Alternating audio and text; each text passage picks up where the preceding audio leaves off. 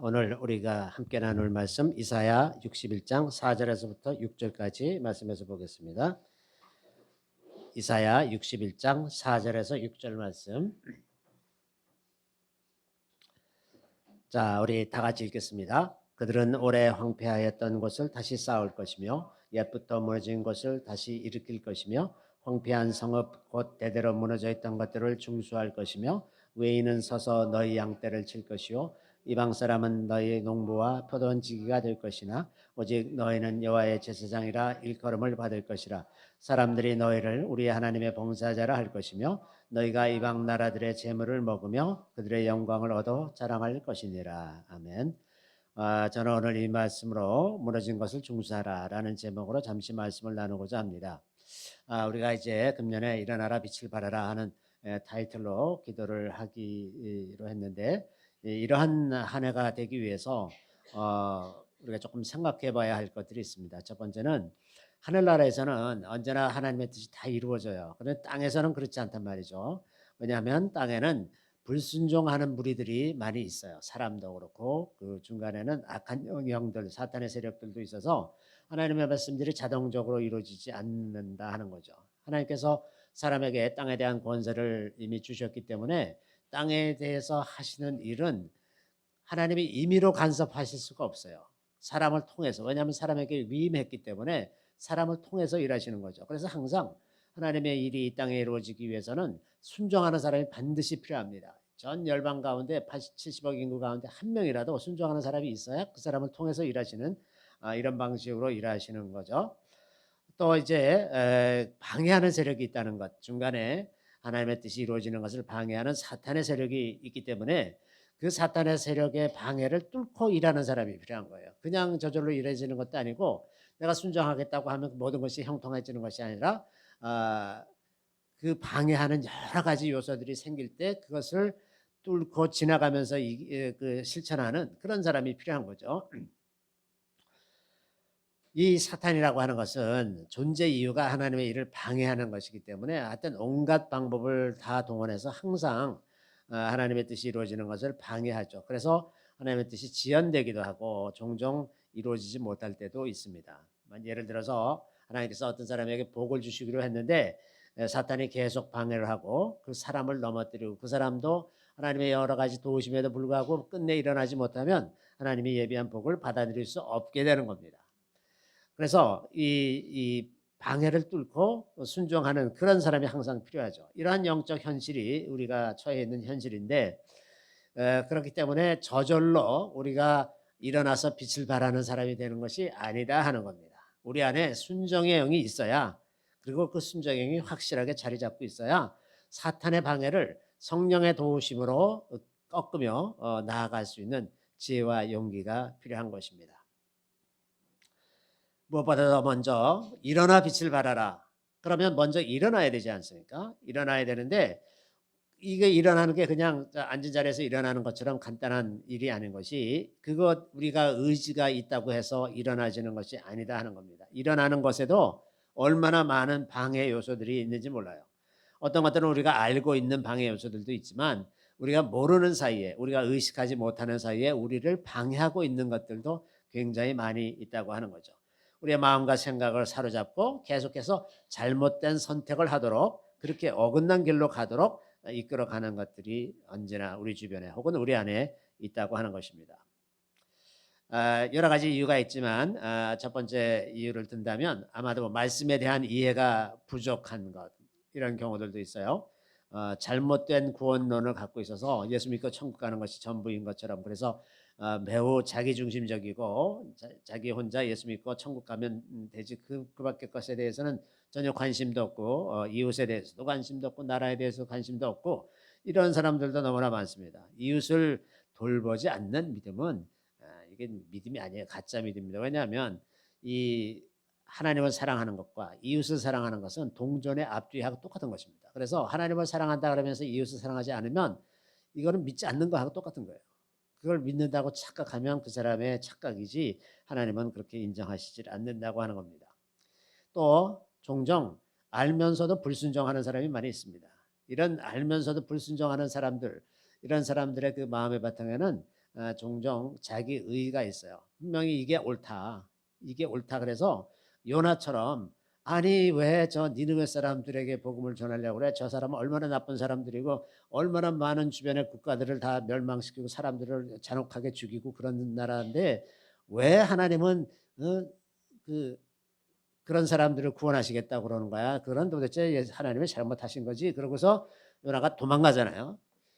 니느웨로 가랬더니 다시스로 도망하려고 그러는데 정반대 방향으로 도망하려고 그러잖아요. 이런 것처럼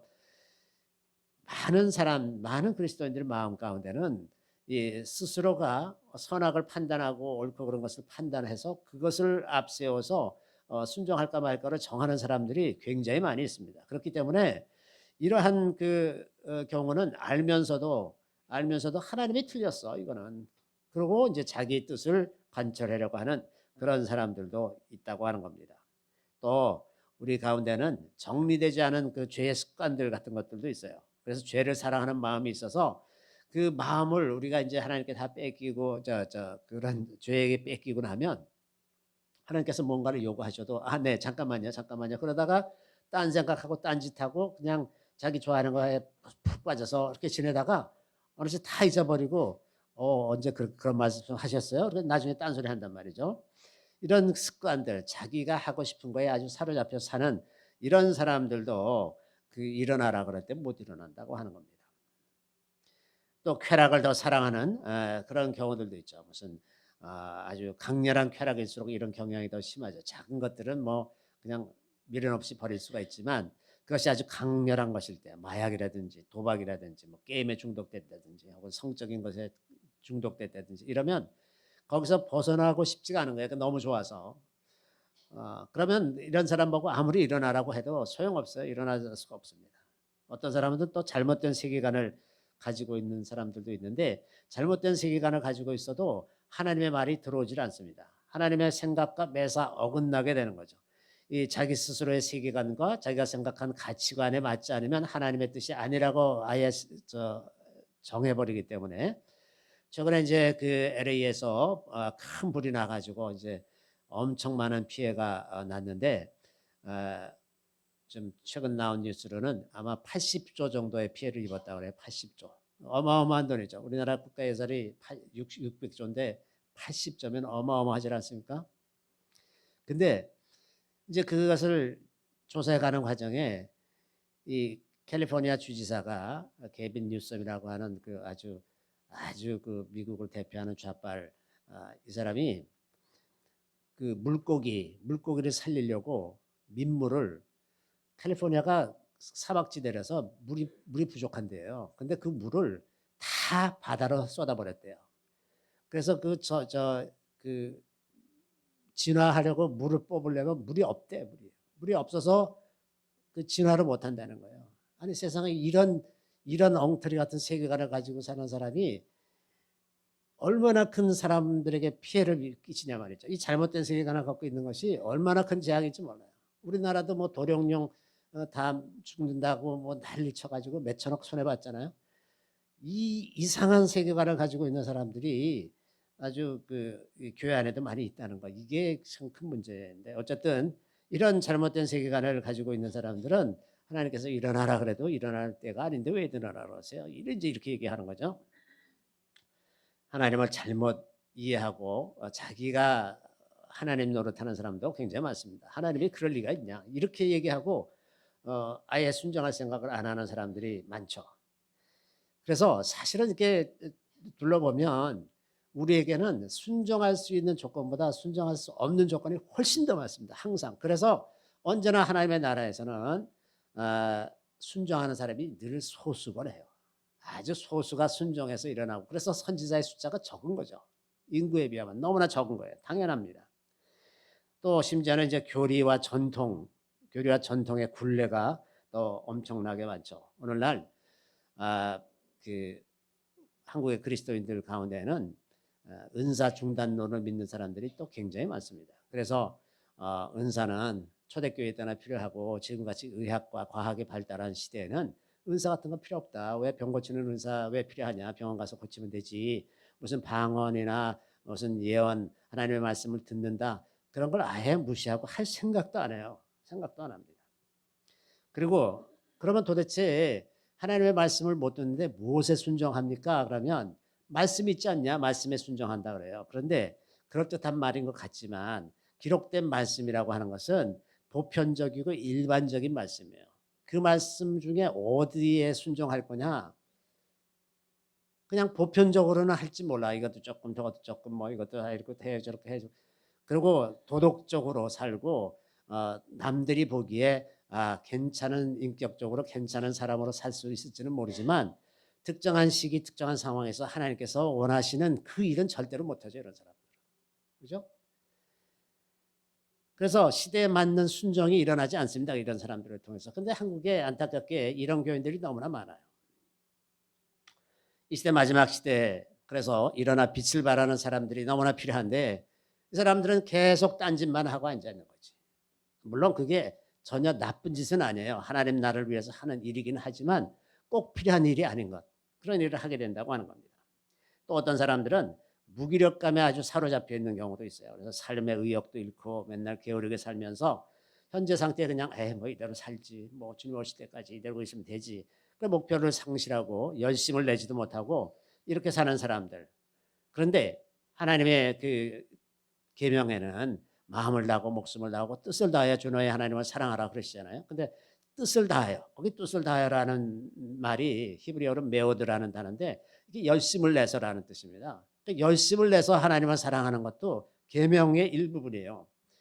그 열심은 하나님으로부터 오는 겁니다. 우리 스스로 발전되는 게 아니에요. 왜냐하면 주님께서 이렇게 말씀하세요. 빌립보서 2장 13절에 보면 너희 안에서 행하시는 이는 하나님이시니 자기의 기쁘신 뜻을 위하여 너에게 소원을 두고 행하게 하시나니. 하나님께서 우리를 통해서 뭔가를 하시고자 하면 제일 먼저 하시는 일이 우리 안에 소원을 갖게 하시는 거예요. 그 소원이 우리 안에서 막 일어나서 열망이 생기는 겁니다. 그러니까 저절로 열심히 하게 되는 거예요. 그냥. 응? 억지로 시켜서 하고 뭐 마치 못해서 하고 이러는 것이 아니라 우리 안에 그냥 기쁨이 있어. 그래서 막 하게 돼요. 그냥. 그러니까 이런 무기력감이라고 하는 것은 하나님으로부터 받아야 할 그 에너지를 공급받지 못하고 있다는 뜻이기도 하는 거죠. 이런 사람들은 일어나라 해도 일어나지 못하는 겁니다. 또 빛을 발하라 하는 것, 이 요소에 대해서도 좀 생각해 볼 필요가 있는 것은 이 빛이라는 것이 원래 우리 안에 있는 게 아니잖아요. 우리 안에는 빛 없습니다. 오직 하나님만이 빛이시라 하는 거죠. 그 빛이 우리 안에 들어와서 우리를 통해서 흘러나가는 것이지 우리가 발전할 수 있는 것도 아니고 우리가 스스로 빛을 내는 게 전혀 아니다 하는 겁니다. 그래서 계속해서 우리가 빛을 받아들여야 계속 빛을 내보낼 수가 있는 거죠. 그런데 많은 경우 이제 빛의 통로가 차단되어 있는 사람들이 굉장히 많습니다. 우리 위에 아주 짙은 구름 같은 게 이제 깔려 있어서 하늘에서 오는 빛이 차단되는 이런 사람들이 대부분의 그리스도인들이라고 그래요. 오직 믿음의 기도만이 이 짙은 구름을 뚫고 하늘과 땅을 연결하는 그 구멍이 뚫리는 사람들이 있는데 기도하는 사람들에게만 이게 뚫려 있어요. 그래서 그런 사람들의 기도는 즉각 하늘나라에 상달이 되지만 구름이 잔뜩 덮여가지고 이 막힌 사람들의 기도는 아무리 기도해도 올라가지를 못하는 거예요. 그 뚫고 올라가야 되는데 올라가지를 못하는 거예요. 예전에 한 부두교 주교였던 사람이 이제 간증하는 걸 이렇게 들어본 적이 있는데 이 사람이 그 믿는 사람들의 그 기도하는 사람들의 머리 위에는 구멍이 뚫려 있대요. 하늘까지. 그래서 그 기도가 쭉쭉 다 이렇게 올라가는데 대부분의 크리스찬들의 위에는 다 시커먼 구름 같은 것이 있어서 이게 기도해야 이걸 뚫지 못한다는 거야. 힘이 약해서. 그래서 그 많은 사람들의 기도가 하늘나라에 이르지 못하는 기도라는 것. 이 현실을 우리가 좀 기억할 필요가 있습니다. 자, 이런 상황이 되면 자기가 어둠 속에 가두어져 있는 것이라는 사실조차도 알지 못하고 사는 거예요. 이게 표준이라고 생각하고 삽니다. 그래서 자기가 그 표준적인 신앙생활에 따라 열심을 내기는 해요. 열심을 내기는 하지만 그게 아무런 능력이 없다고 하는 겁니다. 이렇게 되다 보면 사람들이 점점 더 자기 구원에만 관심을 갖습니다. 자기가 믿어서 천국 가는 거에만 관심을 갖고, 왜냐하면 다른 사람들에게까지 이룰 수 있는 영적인 에너지가 부족하거든요.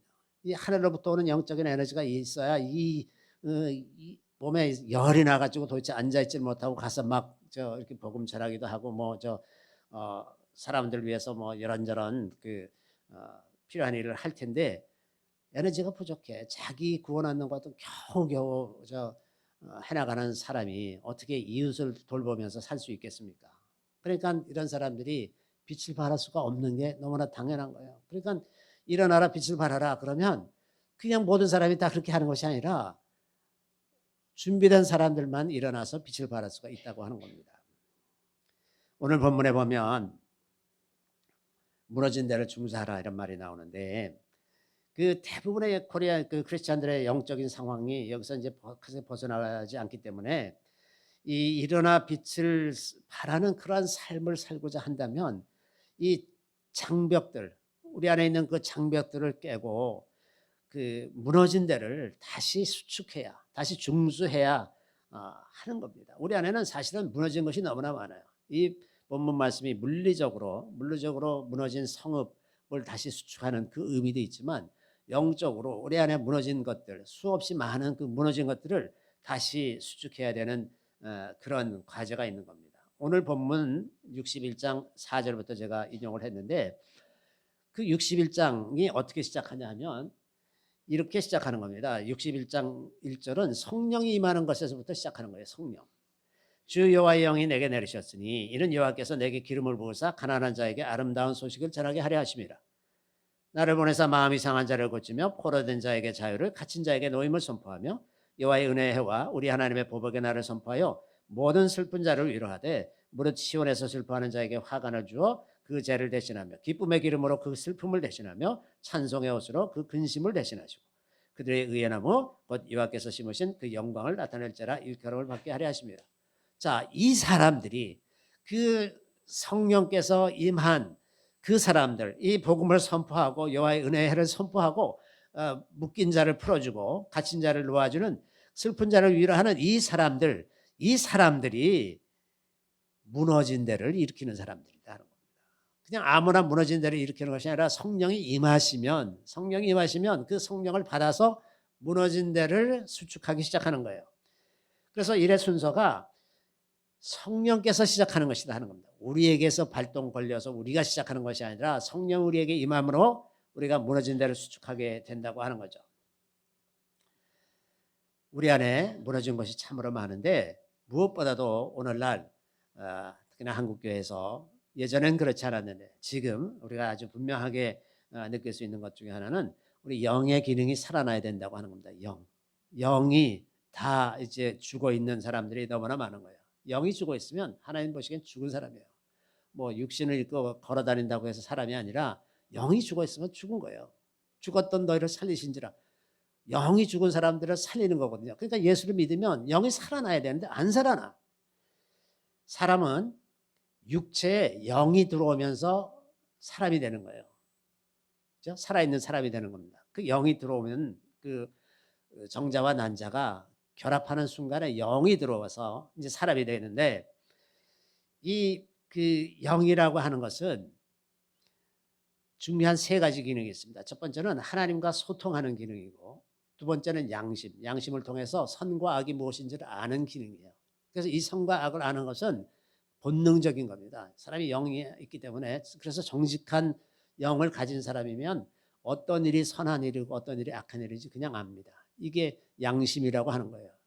세 번째는 그 하나님을 갈망하는 기능이 있습니다. 영에는. 그 영이 살아있는 사람들은 하나님을 갈망하는 마음이 있어요. 그리고 아주 죽어 있지만 않는다면 모든 사람에게는 하나님에 대한 갈망이 숨어 있습니다. 이 세 가지 기능이 이제 영의 기능인데 이 영이 그 육신과 결합하면서 그 혼이 만들어지기 시작합니다. 그 혼은 육신과 영 사이에서 이제 그 개인의 경험 혹은 지식 혹은 성장 과정이라든지 이 습관 혹은 그들이 배운 세계관이나 가치관 이런 모든 것들이 누적이 되면서 그리고 또 세상과 반응하는 방법 또 세상과 반응하는 과정 속에서 배우게 되는 것 그 여러 가지가 모아져서 이제 혼으로 만들어지는 겁니다. 그래서 사람이 점점 커가면 커갈수록 이 혼적인 기능이 점점 강화되고 또 학교도 다니고 이러면서 많은 지식도 습득하고 이러면서 영적인 기능들이 점점 쇠퇴하고 혼내 기능이 점점 살아나죠. 그래서 어린아이들은 천사도 잘 보고 하나님과 소통도 잘합니다. 어린아이들이 그런 아이들이 많이 있어요. 그런데 나이가 들면 들수록 점점 그런 기능이 이제 차단이 되죠. 이게 혼의 기능이 자라나서 그렇게 되는 거거든요. 그래서 이제 그 어떤 사람들은 뭐 감정적인 사람이 된다거나 이성적인 사람이 된다거나 어떤 다른 특정한 특징을 갖는 그런 사람이 된다거나 이런 것이 다 그 혼의 그 발달에 따라서 그렇게 되죠. 그런데 만약에 이 혼이 어떤 특정한 이념이나 예를 들어서 진화론이나 공산주의 사상 같은 이 하나님을 부인하는 사상에 사로잡히면 영의 기능이 거의 완전히 다 차단이 됩니다. 그래서 그 영의 기능이 차단된 하나님을 대적하는 공산주의자들 이런 사람들의 그 특징이 뭐냐면 도덕성이 없는 거예요. 도덕성이 굉장히 사람이 이해할 수 없는 수준의 일을 합니다. 그것이 여러분이 오늘날 전 세계 곳곳에서 다 보고 있는 거죠. 그렇죠? 아무렇지도 않게 아주 그 사람들을 다 감염시킬 수 있는 균을 만들어낸다든지 그러고도 아무렇지도 않게 살아요. 이런 일들을 합니다. 굉장히 포악해지고 도저히 할 수 없는 일들을 하게 되는 거죠. 그래서 이런 사람들은 하나님과 소통하는 것을 의식적으로 하고 무의식적으로 거부하거나 억누르고 완전히 차단하기 때문에 이런 사람들은 아무리 그리스도인이라고 하지라도 하나님과 소통하는 걸 근본적으로 거부하게 되죠. 그런데도 계속해서 자기는 그리스도인이라고 믿고 있습니다. 그래서 이 시대에 이제 일어나 빛을 발하는 사람이 되고자 한다면 무엇보다도 우리 영이 살아나서 하나님과 소통하는 사람이 되어야 돼요. 사람과 소통하고 선악을 분별하고 선한 쪽에 설 수 있어야 그게 이제 일어나 빛을 발하는 사람이 되는 거죠. 영적인 사람이라고 하는 것은 이렇게 그 영이 살아나서 하나님과 소통하는 사람이에요. 그리고 성령의 도우심으로 살아가는 이런 사람이 점점 더 그 영이 살찌우고 영의 기능이 회복되고 강건해지고 이렇게 해서 하나님 앞에 머물기를 더 기뻐하는 사람으로 성장해 나가는 것입니다. 그러면 어떻게 우리의 영을 살릴 것이냐? 영은 성령으로만 살아납니다. 성령으로만. 그래서 죽은 영을 살리는 거, 활력을 주는 것이 성령이에요. 성령. 그래서 성령으로 우리 영이 살아나기 위해서 우리가 기도가 필요한 겁니다. 이것을 기도하는 것은 마치 무슨 구원의 조건처럼만 생각해서는 안 됩니다. 이 기도라는 것은 우리를 살리는 거예요. 우리 영혼을 살리는 겁니다. 그 기도를 많이 하면 구원 없고 기도를 적게 하면 구원을 못 얻는 게 아니라 영이 살아나야 하나님과 소통하며 하나님과 친밀감을 누리며 살 것 아닙니까? 그래서 이제 이 성령을 의지하는 기도를 할 때 육신의 질병도 치유가 되고 우리 영이 살아나고 우리의 혼이 교정이 됩니다. 우리 혼에 잘못 들어온 생각이나 사고방식이나 습관이나 이런 것들을 성령으로 교정을 해나가야 돼요. 우리 안에는 어려서부터 습득된 것들이 너무나 많기 때문에 그것들을 평생에 계속해서 조금씩 교정해 나가면서 그러면서 우리 영혼도 성숙해진다고 하는 겁니다. 우리가 종종 기도하는 것은 무엇을 얻기 위해서 기도하는 것. 내가 무슨 급한 일이 있으면 돈이 필요하면 혹은 자녀가 대학에 들어가야 되면 그럴 때만 어디가 아프면 이럴 때만 기도하고 많은 경우가 너무나 많은데 정말 우리 영혼이 얼마나 기도를 필요로 하는지 왜 우리 영혼이 살아야 되는지를 몰라서 하는 것이지 정말 우리 영혼이 얼마나 갈급하게 하나님을 갈망하는지 이해를 한다면 기도를 해야 돼요. 기도를 해서 하나님으로부터는 그 능력과 그 지혜와 그 하늘의 신령한 그 아름다운 것들을 받아서 우리 영혼이 살찌고 그래서 그 힘으로 살아야 되지 않겠습니까? 그래서 기도라고 하는 거는 하나님을 변화시키는 게 아니라 우리를 변화시키는 거. 하나님 마음 바꿔서 잘 안 되던 일 형통하게 하는 그게 기도가 아니라 내가 아파서 죽게 생겼는데 그 고치는 게 그게 기도가 아니라 진짜 기도는 나를 바꾸는 겁니다. 내가 지금 바뀌어야 되거든요. 내 영혼이 지금 살아나야 되고 살쪄야 되는데 그렇게 해서 우리 영혼이 살아나면 이제 하나님과 훨씬 더 잘 소통할 수 있게 되고 소통이 많아지면 하나님과 친밀해지는 겁니다. 그렇지 않습니까? 사람 사귀는 것과 동일한 완전히 같죠. 많은 시간을 같이 보내고 많은 의사소통을 하고 이러면서 우리가 사람을 사귀는 것처럼 하나님도 많은 시간을 같이 보내고 소통하면서 하나님과 점점 친밀해지는 겁니다. 그리고 모든 크리스찬의 모든 능력은 친밀감에서 나오는 거예요. 친밀감. 하나님과 친밀해질수록 우리를 통해서 일하시는 하나님의 능력이 더 크게 나타나는 법입니다. 그래서 기도가 너무 필요한 거예요. 기도를 통해서 우리 영혼을 살리고 그 영혼을 통해서 우리 하나님과 친밀해지고 그래서 하나님의 능력이 우리를 통해서 더 나타나게 하나님의 빛이 우리를 통해서 드러나게 이렇게 되는 겁니다. 자, 그렇게 되면 우리의 삶이 저절로 이제 감사와 기쁨이 넘치는 삶으로 변화되어 가는 것이다 하는 겁니다. 그래서 이제 금년에 기도와 성령으로 영의 기능을 회복하고 하나님의 말씀 안에 있는 생명의 능력으로 빛을 비추는 우리 모두가 되기를 바랍니다. 자, 그런데 이제 일시적으로 우리가 기도를 많이 하고 열심히 해서 이제 확 살아났는데 그게 오래 못 가는 사람들도 굉장히 많아요. 여러분 다 양심에 찔리는 거 있을 거야. 한때 팍 살아났는데 그 다음에 다시 폭 가라앉아 버려. 이게 문제 아니에요. 그러니까 이 영이 살아난 사람이 어떻게 그 상태를 유지해야 되는데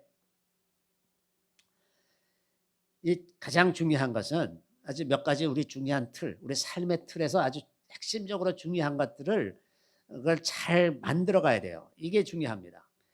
무엇보다도 그 마음을 지키는 것, 마음을 지키는 게 이제 핵심이에요. 대부분 왜 푹 꺼지냐 하면 뭔가 그 상처받는 일이 생기거나 저 섭섭한 일이 한번 생기고 나면 거기에 그냥 마음을 완전히 빼앗겨서 다시는 하나님께 돌아갈 생각을 안 해. 그럼 거기에 이제 망한 자리로 그냥 거기 머물러서 살아요. 그러니까 이 마음을 지키지 못해서 그 많이 망가지는데 그 마음을 지키는 것은 이제 두 가지 측면이 있는데 하나는 우리가 보고 듣는 것에 의해서 영향을 받는 것을 차단하는 것과 두 번째는 그 우리의 마음을 하나님의 것으로 채우는 것. 적극적으로는 채우는 것이고 소극적으로는 막는 것이에요. 막는 것. 외부로부터 오는 것을 막는 것.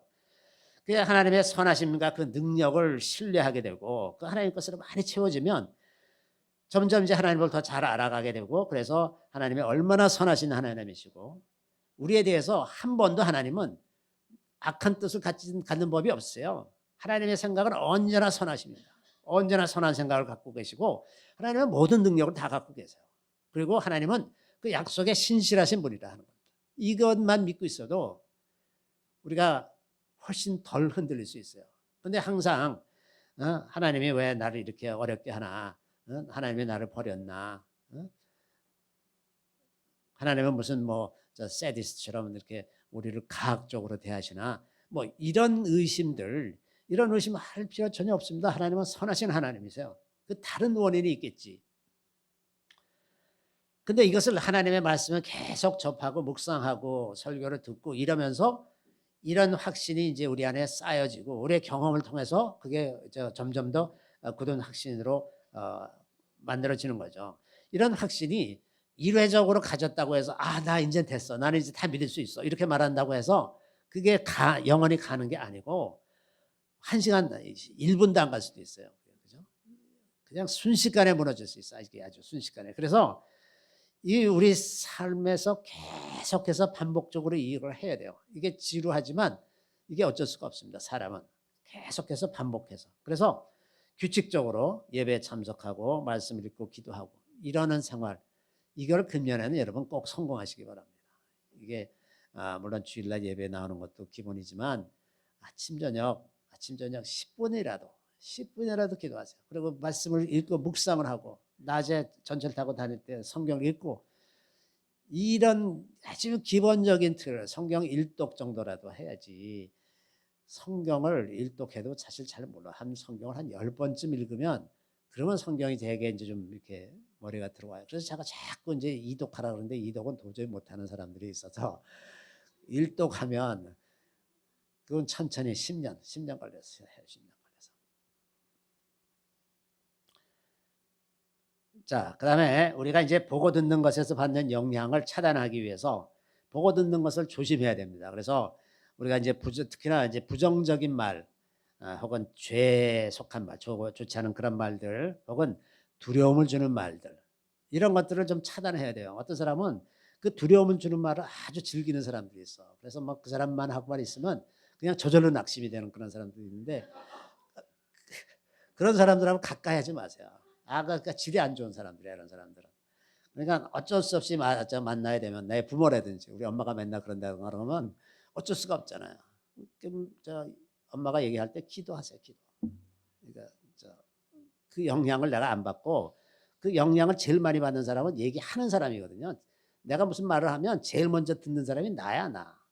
그러니까 내 영혼에 가장 나쁜 영향을 끼치는 건데, 이런 사람들이 주변에 있으면 아주 똑같은 일을 해석해도 꼭 나쁜 쪽으로만 해석하고 이제 이런 사람들이 있잖아요.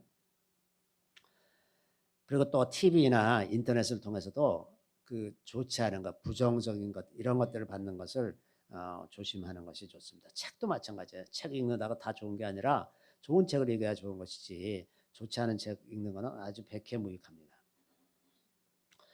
또 이제 여행을 가서 보고 듣는 것도 이제 우리에게 영향을 미치기 때문에 이런 것들도 다 우리가 신중하게 조심하면서 생각을 해야 되고, 어쨌든 어떤 그 종류든 간에 하나님으로부터 우리의 마음을 빼앗는 모든 것, 우리의 마음을 확 쏠리게 만들어 놓는, 우리 잠시 호기심을 가질 수 있어요. 우리가 무슨 세상의 일에 여러 가지 새로운 일들에 대해서 호기심을 갖고 살 수가 있지만, 거기에 마음을 빼앗기는 것은 다른 문제다 하는 겁니다. 마음을 빼앗기지는 말아야 돼요.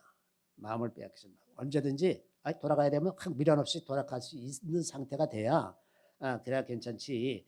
그 마음을 빼앗기고 살면 그거 정말 아주 힘들어지는 겁니다. 자, 그다음에 이제 그래서 마음을 지키는 것과 그다음에 좋은 습관을 갖는 것, 좋은 습관. 그래서 아까도 말씀드린 것처럼 규칙적으로 성경을 읽고 묵상하고 기도하는 이것, 그다음에 좋은 사람들을 만나세요. 좋은 사람들.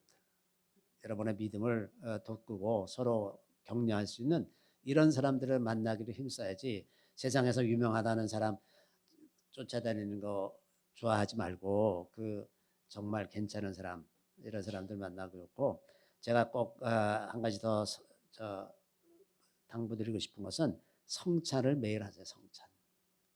여러분들 가운데 성찬 한 달쯤 하다 만 사람이 굉장히 많을 텐데, 그 성찬을 매일 하십시오. 성찬은 하나님의 그 은혜를 우리가 받는 굉장히 중요한 통로입니다. 우리가 이렇게 설교를 듣고 말씀을 묵상하고 이러는 것도 중요한 통로지만, 이 성찬하는 것도 굉장히 중요한 통로예요. 그래서 이게 날마다 그리스도와 연합하는 것을 경험하는 것이거든요.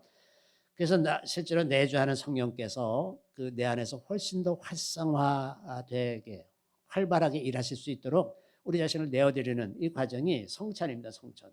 그리고 우리가 누적된 죄악의 그 흔적들, 이런 것들을 정결하게 할 수 있기도 합니다. 그래서 성찬이 주는 유익이 굉장히 많습니다. 다만 이것을 가정에서 하는 것을 금하고 조심스럽게 하는 것은, 성찬을 함부로 하지 마시고 정말 진지한 마음으로, 이게 정말 예수님의 몸과 피다, 이런 마음을 가지고 신중하게 경건하게 그렇게 성찬하기를 권합니다. 자, 그래서 이제 좋은 습관을 갖기 위해서 기도도 꼭 아침 저녁, 제가 말씀드렸죠. 아침 저녁에 기도하라. 10분이라도 아침 저녁 꼭 기도하고, 조금 더 제가 욕심을 내면, 제가 이제 그 기도 칼렌더를 성경 읽기 칼렌더를 이렇게 이제 드렸을 때, 거기에 꼭 월삭, 유대 달력으로 월삭을 표시를 해놨죠.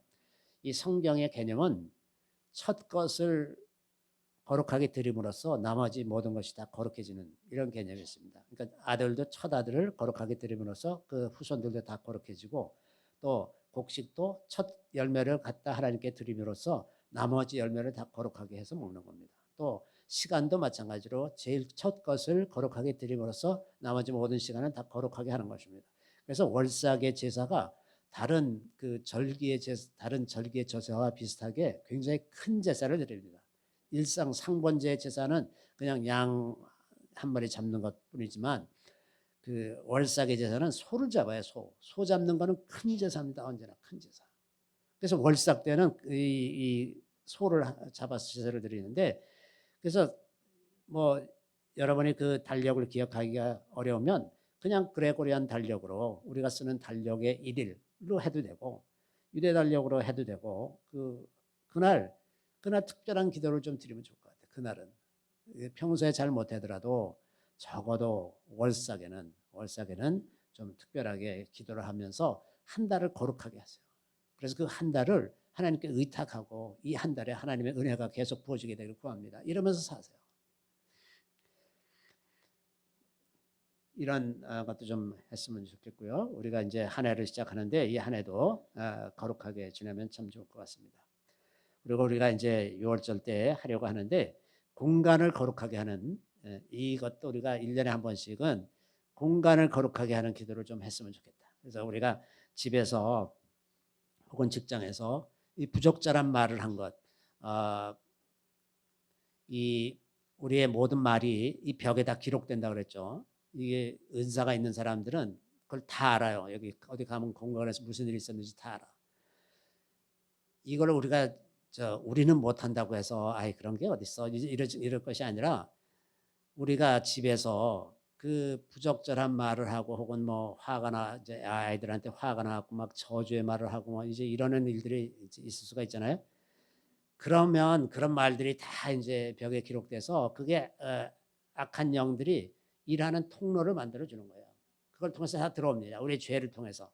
그렇기 때문에 1년에 한 번쯤은 그 공간에 대해서 기도를 하고 거룩하게 만드는 거기서 있었던 모든 일들을 회개하고 다시 거룩하게 만드는 그거를 이제 금년부터는 6월절 때 하려고 합니다. 근데 그 전에 마음에 찔리는 사람이 있으면 미리 다 기도하고 회개하고 기름 발라서 거룩하게 하세요. 이것은 거룩한 것이다. 이렇게 하시고 그 다음에 재물을 바르게 써라. 11조를 꼭 드리고 가난한 이웃들을 돌보는 것. 이 오늘날 선교지의 가난한 이웃들 이루 말할 수 없는 수준의 가난이죠. 우리나라는 너무나 잘 삽니다. 이제 우리나라 국내에는 별로 안 도와줘도 뭐 다 해줘. 전 여름 지난달에 11월 달인가요? 동해에서 김치도 10kg를 받았어요. 막 줘. 우리나라 아주 풍성한 나라예요. 아주 그래서 우리나라보다 북한이나 가난한 이웃들 굉장히 많습니다. 가난한 이웃들을 좀 돌보고 후원하면 좋을 것 같습니다. 그래서 우리가 금년에는 우리 마음을 지키는 것, 좋은 습관으로 사는 것, 이걸 좀 목표로 해서 여러분의 삶에 정말 육신도 건강하고 영혼도 건강하고 살찌우는 그런 한 해가 되어서 일어나 빛을 발하는 그런 사람들이 다 되도록 그렇게 살았으면 좋겠습니다. 잠시 기도하겠습니다. 주님, 우리 가운데 참으로 무너진 곳이 많았는데 우리가 깨닫지 못하고 살았습니다. 주님, 금년 한 해에는 그 모든 무너진 것들을 보수하고 중수하고 고쳐서 이제 우리가 견고한 성을 주님께서 항상 머무시고 사용하시는 아름다운 성읍을 만들 수 있기를 구합니다. 오 성령님, 저희들을 도와주시옵소서. 저희들에게 지혜를 주셔서 모든 메꿔진 것들을 메우고 무너진 것들을 다시 쌓으며 이제 하나님의 영광이 계속해서 머무실 수 있는 그러한 자리로 저희들을 이끌어 주시기를 우리 구주 예수 그리스도의 이름으로 감사하며 기도드리옵나이다.